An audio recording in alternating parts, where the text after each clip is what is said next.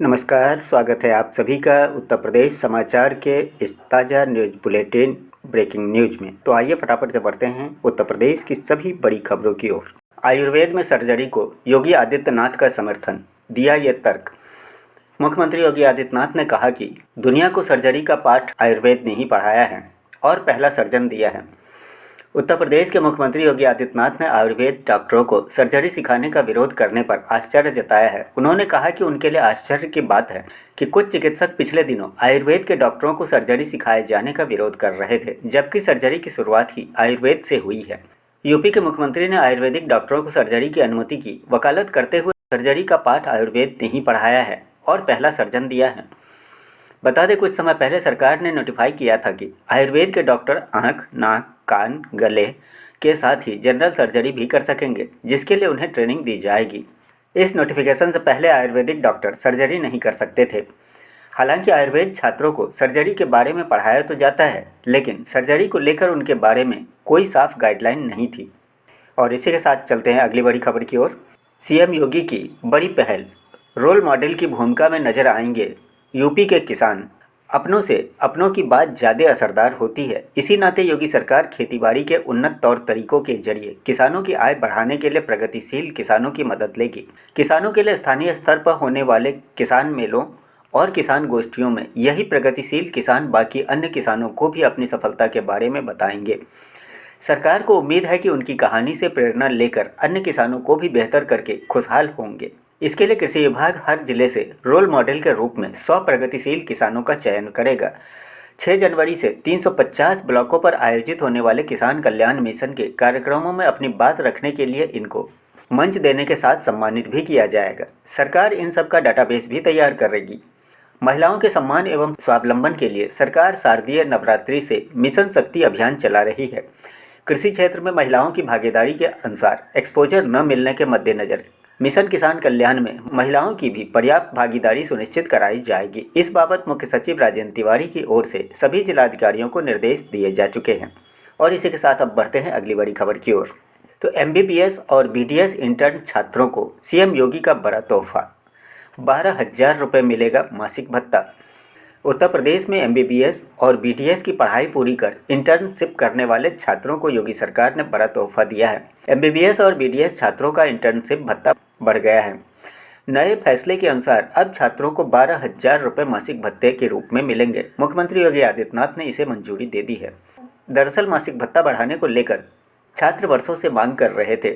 छात्रों की बहुप्रतीक्षित मांग को पूरा करते हुए मुख्यमंत्री योगी आदित्यनाथ ने इंटर्नशिप के दौरान छात्रों को मासिक भत्ते के रूप में 7,500 रुपये की जगह अब 12,000 रुपये देने का फैसला लिया है।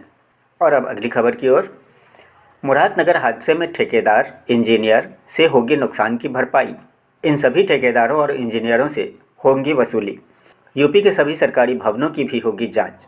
उत्तर प्रदेश के गाजियाबाद में मुरादनगर घटना के बाद सीएम योगी आदित्यनाथ ने प्रदेश के सभी मंडलायुक्तों और जिलाधिकारियों को अहम निर्देश भेजे हैं।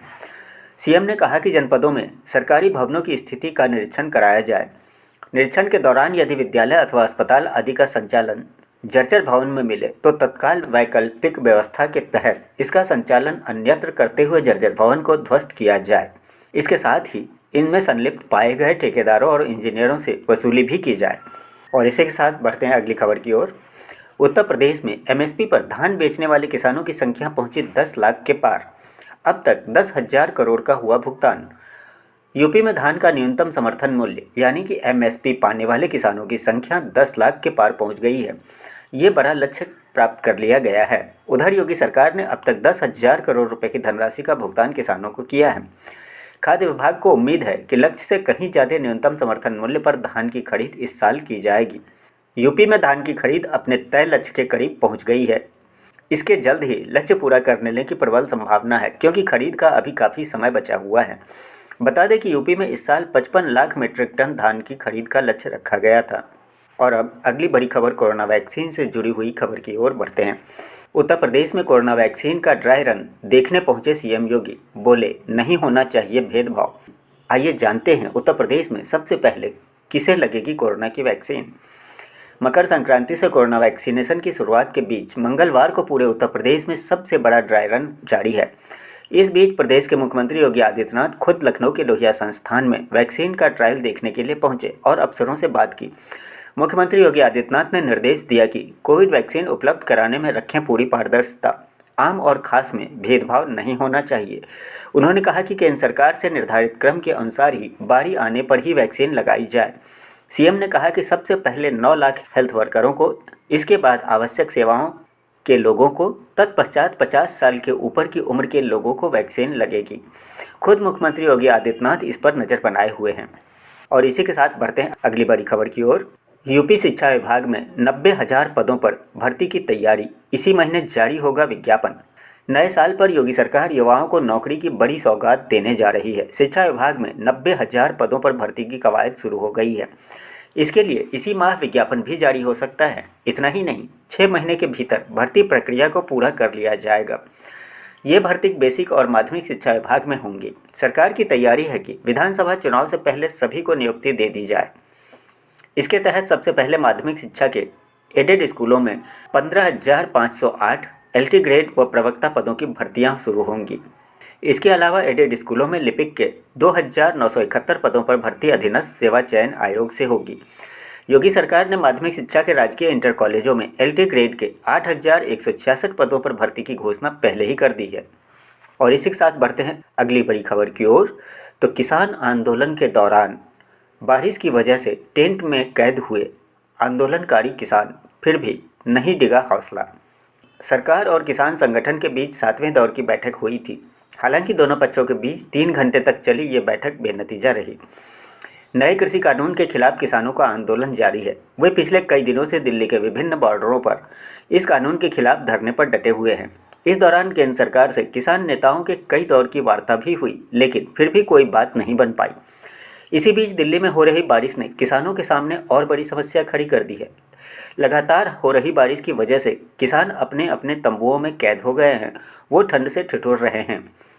तस्वीरों में आप देख सकते हैं, बारिश की वजह से सड़कों पर जलभराव हो गया है। वहीं तंबू में भी पानी टपक रहे हैं। वहीं किसान ठंड से बचने के लिए रजाई ओढ़े हुए हैं। हालांकि बारिश के बाद भी किसानों का मनोबल कम नहीं हुआ है, वो अभी भी डटे हुए हैं।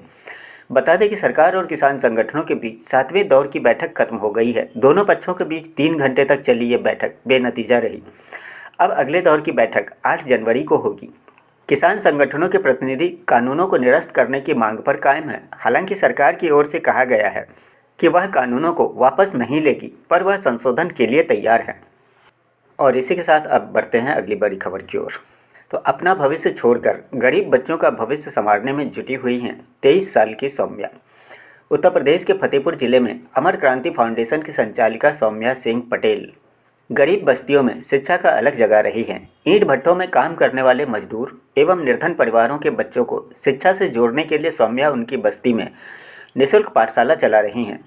सौम्या को शुरुआत में तो इसके लिए कठिनाइयों का सामना करना पड़ा, लेकिन अब उसने बच्चों को कॉपी किताब, स्वेटर व अन्य स्टेशनरी सामान मुफ्त में उपलब्ध करवाई है। तो अभिभावकों का रुझान भी बच्चों की पढ़ाई की ओर बढ़ा है। अभिभावक नियमित रूप से अपने बच्चों को सौम्या की पाठशाला में भेजना शुरू कर दिए हैं। सौम्या सिंह पटेल ने बताया कि फतेहपुर शहर में गिहार बस्ती के आसपास एक भी सरकारी विद्यालय नहीं है। अब तक वह करीब 45,000 बच्चों को प्रारंभिक शिक्षा देकर स्कूलों में दाखिला दिलवा चुकी हैं।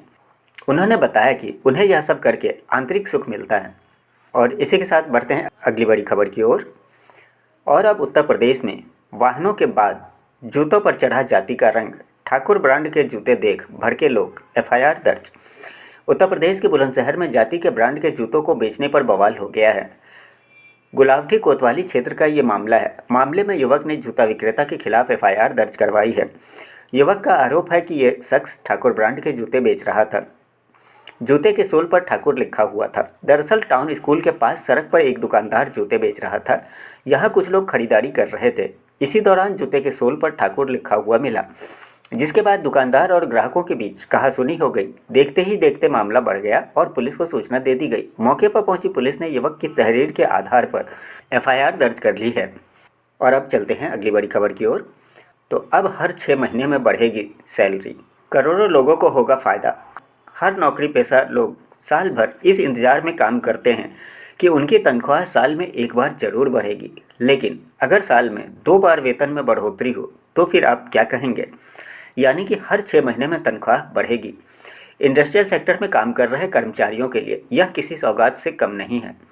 दरअसल केंद्र सरकार ने महंगाई से निपटने के लिए एक प्लान तैयार किया है, जिसके तहत कर्मचारियों को बढ़ती हुई महंगाई के बोझ को कम करने के लिए नई महंगाई सूचकांक के हिसाब से वेतन बढ़ोतरी तय की जाएगी। नियम के मुताबिक इंडस्ट्रियल सेक्टर में काम करने वाले कर्मचारियों की सैलरी महंगाई बढ़ने के हिसाब से हर 6 महीने में बढ़ेगी, जिससे कर्मचारियों पर बढ़ती महंगाई का असर कम हो। इसके अलावा सरकार के इस कदम से केंद्रीय कर्मचारियों को भी इस बदलाव का फ़ायदा मिलेगा। और इसी के साथ अब अगली खबर की ओर रुख करते हैं। तो लड़कियों को मिलेंगे मुफ्त स्कूटर, हर महीने 1000 रुपये भी देगी सरकार। असम के शिक्षा मंत्री हिमंत बिस्वा शर्मा ने कहा कि राज्य सरकार छात्राओं को स्कूटर और आर्थिक प्रोत्साहन देगी। प्रज्ञान भारती स्कीम 2021 के तहत असम सरकार ने लड़कियों की शिक्षा को लेकर कई कदम उठाए हैं। राज्य में होनहार छात्राओं को प्रोत्साहन देना, रोजाना स्कूल आने के लिए आर्थिक मदद देना और मेरिट में आने वाली लड़कियों को स्कूटर देना जैसी कई योजनाएं शामिल हैं। राज्य सरकार 12वीं कक्षा में फर्स्ट डिवीज़न पास होने वाली लड़कियों को मुफ्त स्कूटर दे रही है। इतना ही नहीं, लड़कियों को रोजाना स्कूल आने में प्रोत्साहित करने के लिए आर्थिक मदद भी मुहैया कराई जा रही है। असम के शिक्षा मंत्री हिमंत बिस्वा शर्मा ने कहा कि राज्य सरकार छात्राओं को स्कूटर और आर्थिक प्रोत्साहन देगी, ताकि यह सुनिश्चित किया जा सके कि वो नियमित रूप से कक्षाओं में शामिल हों। हिमंत बिस्वा शर्मा ने बताया कि राज्य सरकार 12वीं कक्षा फर्स्ट डिवीज़न में पास करने वाली छात्राओं को प्रज्ञान भारती योजना के तहत 22,000 दोपहिया वाहन वितरित कर रही है। उन्होंने कहा, राज्य सरकार उन सभी छात्राओं को स्कूटर मुहैया कराएगी जो राज्य बोर्ड में प्रथम श्रेणी उत्तीर्ण हुई हैं, भले ही यह संख्या 1 लाख के ही क्यों न पार हो जाए। शिक्षा मंत्री ने कहा कि 2018 और 2019 में प्रथम श्रेणी में कक्षा 12वीं की परीक्षा उत्तीर्ण करने वाली सभी छात्राओं को भी स्कूटर प्रदान किए जाएंगे। उन्होंने कहा कि स्कूल से लेकर स्नातकोत्तर स्तर तक की सभी छात्राओं को वित्तीय प्रोत्साहन भी प्रदान किया जाएगा और इस महीने के अंत तक यह योजना शुरू की जाएगी। तो इसी के साथ ये बुलेटिन यहीं पर समाप्त करने की इजाज़त दीजिए। फिर मिलते हैं अगले न्यूज़ अपडेट में। तब तक के लिए जय हिंद, जय भारत, वंदे मातरम। अगली न्यूज़ के लिए चैनल को सब्सक्राइब कर लें और बेल आइकन को दबाकर नोटिफिकेशन को ऑन कर लें और वीडियो को अपने दोस्तों में शेयर ज़रूर करें। साथ ही अपने ज़िले का नाम हमें कमेंट बॉक्स में भी लिखें, ताकि हम आपके ज़िले से जुड़ी खबरें दे सकें।